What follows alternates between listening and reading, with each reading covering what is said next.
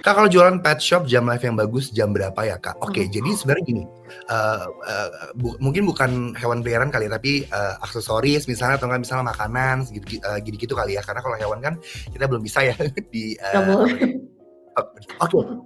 Jadi teman-teman sebenarnya tiap-tiap kategori ataupun tiap-tiap seller mungkin aja bisa aja behavior-nya ataupun perilaku audiensnya berbeda-beda, teman-teman. Gimana cara kita taunya? Teman-teman harus nyobain dulu live-nya, coba di jam-jam misalnya di sesi pagi, sesi siang, sesi sore, sesi malam. Teman-teman harus cobain dulu. Nanti dari situ teman-teman baru bisa dapat pengetahuannya, bisa dapat insight-nya. Kira-kira audiensnya tuh paling kena di jam berapa ya misalnya. Nah, itu teman-teman harus coba dulu. Kedua, mungkin teman-teman bisa coba breakdown dari target marketnya. Kira-kira tuh target marketnya pet shop ini siapa ya? Apakah misalnya remaja dengan usia sekian sampai sekian, atau misalnya ibu rumah tangga dengan usia sekian sampai sekian. Jadi teman-teman tahu biasanya perilaku ataupun behavior audience dengan umur sekian itu tuh apa. Let's say misalnya kalau aku nih kan kita bertiga nih Kak Bida sama Kak Farim, kita masih muda nih, misalnya umur 20 tahun. Tapi kita udah bekerja bagai kuda. Otomatis dari pagi sampai sore kita kerja. Nah, jadi mungkin kita jarang tuh ada akses untuk buka aplikasi TikTok karena kita kerja. Mungkin baru bukanya malam-malam sebelum bobo, misalnya sebelum bobo cantik kita lihat-lihat TikTok dulu tuh, lihat-lihat yang galau-galau misalnya, atau enggak lihat yang quotes-quotes ataupun fashion atau apa. Nah, mungkin kakak juga bisa membaginya berdasarkan itu. Tapi intinya harus dicoba dulu supaya tahu gitu ya. Dari isi seller, kebanyakan menjelang lebaran banyak yang berhenti belanja karena kumpul keluarga. Mending iklan atau endorse di momen menjelang lebaran itu. Pengalaman tahun kemarin soalnya stok banyak tapi closingnya sedikit. Nanti boleh kita ngobrol-ngobrol ya, produknya apa? Aku kepo juga nih, kira-kira produk apa yang mungkin di momen menjelang lebaran tuh nggak gitu rame orderannya misalnya. Nanti mungkin boleh kita ngobrol-ngobrol produknya apa, tapi mungkin beberapa tips ya. Kalau misalnya tetap mau melakukan penjualan, jangan lupa kasih promo ataupun misalnya harga coret supaya ada kita bisa nge-push secara psikologis si calon pembelinya, karena kita bisa bilang ini hanya terjadi sekali setahun di momen ini di jam ini doang. Jadi mereka pun tahu, wah setelah ini tuh nggak akan ada lagi tuh promo ini. Jadi saya harus segera beli. Nah, mungkin kita bisa dorong juga dengan hal-hal seperti itu. Cuci gudang lah ya ceritanya, yang tadi aku sempat bilang juga ke easy seller. Dari Kak Bagas Faturrahman, kalau organik video kita nggak konsisten, FYP gimana? Soalnya kan kadang beda konsep dikit dia langsung nggak masuk algoritma seperti konten-konten sebelumnya. Misalnya kita mau buat konten-konten organik, kita memang harus coba nih kira-kira tuh, jadi jangan cuman satu jenis konten, jangan cuman satu jenis ide dan itu diulang-ulang. Karena pasti ada namanya fatigue-ness. Fatigue-ness ini adalah orang-orang tuh udah terpapar terus ya dengan konten-konten seperti itu ataupun iklan seperti itu, jadinya mereka udah biasa aja, udah nggak engaging lagi. Jadi coba banyak ide, nanti kita lihat mana yang naik tuh, mana yang ketarik tuh video-videonya. Jadi misalnya nih, ada satu konten organik yang memang udah di planning dan itu akan terus konsisten. Misalnya nih ada produk baru atau enggak misalnya mau kasih tutorial cara pakai baju misalnya, atau enggak mau ngasih tips and trick, itu adalah konten organik yang selalu ada nih di konten plan-nya. Nggak apa-apa, bagus. Nah, tapi jangan lupa juga TikTok kan adalah short video distribution platform ya. Dan setiap hari selalu ada tren baru, selalu ada video baru. Itu juga jangan lupa diikutin. Kita sebutnya sebagai trend hopping. Jadi nggak apa-apa videonya berbeda-beda, asalkan memang menarik, itu harusnya sih naik.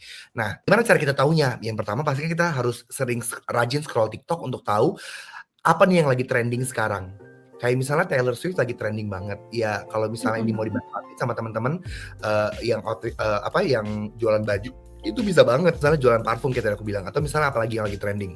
Yang bener aja, rugi dong misalnya. Itu kan adalah sebuah kalimat yang lagi trending, dan kalau misalnya mau dimasukin ke videonya kalian, itu juga bisa banget tuh, karena lagi trending dan orang-orang tuh lagi sering engage dengan konten-konten seperti itu misalnya. Jadi jangan lupa diikutin juga ya. Atau misalnya yang jokes yang lagi naik sekarang, misalnya apa yang uang lembar 100 ribuan tuh namanya apa sih? Capek ya. Itu kan yang jokes yang lagi naik ya. Itu adalah tren yang bisa teman-teman ikutin juga. Nah, itu kita sebutnya sebagai trend hopping. Konten-konten yang mungkin ad hoc teman-teman harus ikutin. Jadi nggak apa-apa. Ada konten plan yang udah konsisten, mau ngasih lihat produk, mau jualan produk nggak apa-apa, tapi jangan lupa ikutin yang seperti ini gitu. Jadi bisa balance gitu.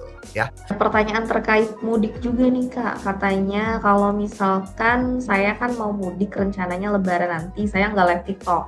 Turun nggak traffic-nya kira-kira? Lalu sehabis lebaran mau live lagi, soalnya sekarang ini sudah cukup bagus traffic-nya. Sebenarnya sih tidak ada hubungannya ya antara teman-teman seberapa konsisten live, apa namanya, konsisten konsisten live itu bagus, jadi kita nggak kehilangan momen. Tapi tidak ada hubungan algoritma lah ya intinya ya. Kalau misalnya saya nggak live 2 minggu, nanti sepi misalnya segala macam nggak ada. Karena kan, again TikTok kan content based. Kalau misalnya live-nya menarik, kalau misalnya kontennya bagus, pasti orang-orang nyari. Apalagi udah disesuaikan tuh. Kalau kita live kan ada banyak faktor ya. Misalnya yang pertama, produknya nih memang menarik atau enggak sih untuk audiens gitu. Yang kedua, harganya seperti apa. Kemudian produknya dicari atau enggak. Lalu kalau produknya udah bagus, hostnya seperti apa nih? Apakah hostnya memang bagus, engaging, terus setup studionya seperti apa? Apakah lightingnya sudah cukup bagus? Apakah kualitas kameranya sudah oke? Kemudian misalnya ada banyak lah ya. Terus nanti dibantu dorong lagi dengan iklan. Itu kan adalah faktor-faktor yang justru mendukung gitu kan.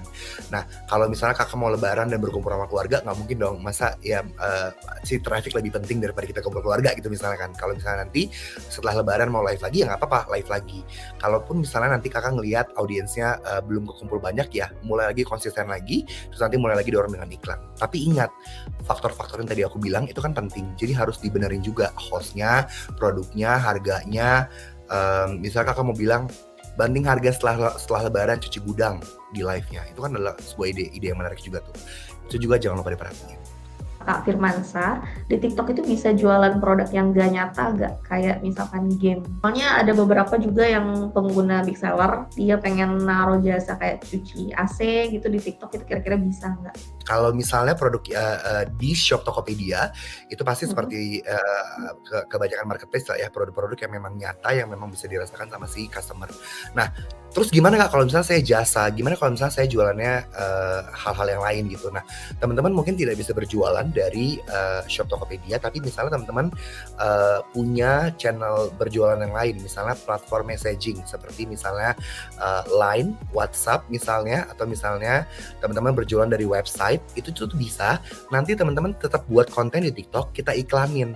Nanti iklannya itu bisa diarahkan ke layanan-layanan yang teman-teman punya. Misalnya teman-teman jualannya adalah jasa gitu misalnya ya, teman-teman bisa nanti iklannya diarahin ke WhatsApp supaya mereka bisa nanya-nanya lebih lanjut, gimana nih cara pakai jasa ini. Itu bisa banget teman-teman. Jadi teman-teman tetap bisa pakai solusi iklannya, jadi teman-teman bisa ngumpulin lead ya, lead-nya buat ngisi formulir. Kalau dia udah isi formulir diarahin ke WhatsApp-nya teman-teman misalnya, atau enggak diarahin ke landing page-nya teman-teman, ke website-nya teman-teman, itu bisa. Jadi mungkin nggak dari platform Shop Tokopedia, tapi tetap bisa ngiklan. Itu possible dan banyak banget klien-klien kita yang memang berjualannya dari non Shop Tokopedia gitu teman-teman. Jadi tetap bisa. Gimana caranya kalau nanti tertarik bisa isi formulirnya, jangan lupa nanti kita bisa bantu hubungin ya.